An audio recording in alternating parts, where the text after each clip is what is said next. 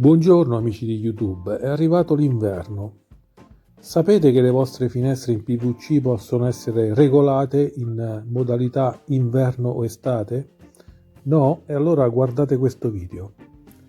In ogni finestra in PVC, nella parte bassa lungo la cerniera, esistono 3 viti che consentono di regolare in maniera millimetrica la posizione della finestra rispetto al telaio. Procediamo togliendo il coperchio che copre la cerniera inferiore e da qui possiamo accedere alle 3 viti in questione. In una finestra in PVC sono presenti anche ulteriori viti che ci consentono di regolarla.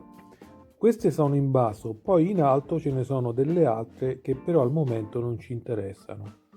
Vediamo nel dettaglio a che cosa servono queste viti.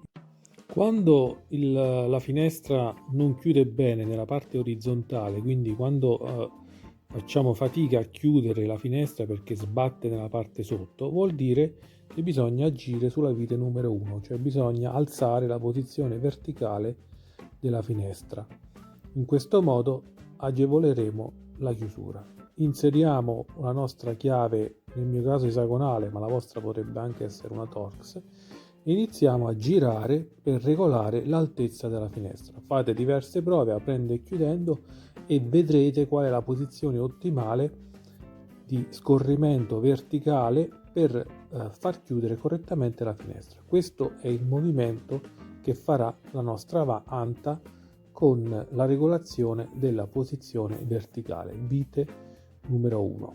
In questo modo riusciremo a regolare la chiusura della finestra che non sbatterà più sul telaio. Fatto questo, possiamo passare alla vite numero 2.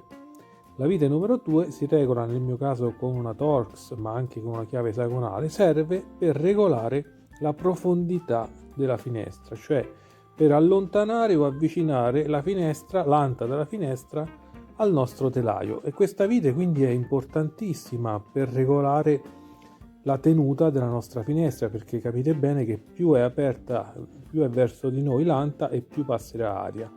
Quindi se avete delle stanze fredde, provate a verificare la corretta posizione di questa vite e così regolerete la tenuta della vostra finestra.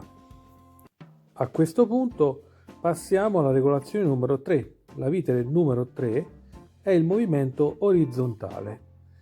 Questa vite con una chiave esagonale permette di regolare la posizione orizzontale di tutta l'anta della finestra e raramente va modificata, ma la regolazione che più di tutti ci interessa durante l'inverno è un'altra ed è nascosta.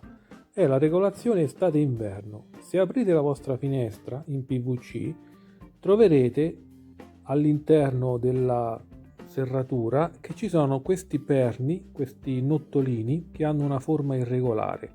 Ecco, questi nottolini sono regolabili e permettono di impostare la modalità estate o inverno. In questo modo, messi così in verticale, sono per la posizione estate.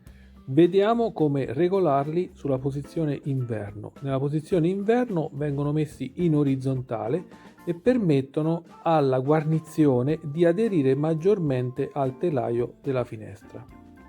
Questa regolazione andrà effettuata chiaramente per tutti i nottolini presenti lungo il perimetro della finestra, quindi sia laterale che nella parte bassa della finestra, nella parte sotto e nella parte sopra, senza alcuna esclusione. Nel frattempo, continuando sull'argomento della modalità estate-inverno, in alcuni casi può capitare che il nottolino non abbia una forma irregolare, quindi facilmente settabile, ma sia di forma rotonda, come in questo caso.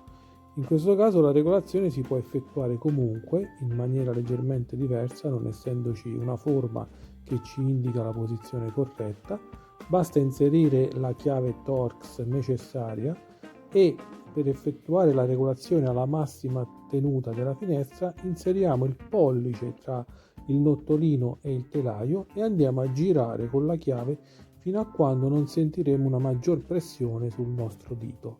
In questo modo saremo certi di aver regolato il nottolino per la massima pressione e quindi per la massima tenuta della guarnizione sulla finestra. Vi ricordo inoltre che periodicamente la ferramenta di una finestra va lubrificata per favorirne lo scorrimento.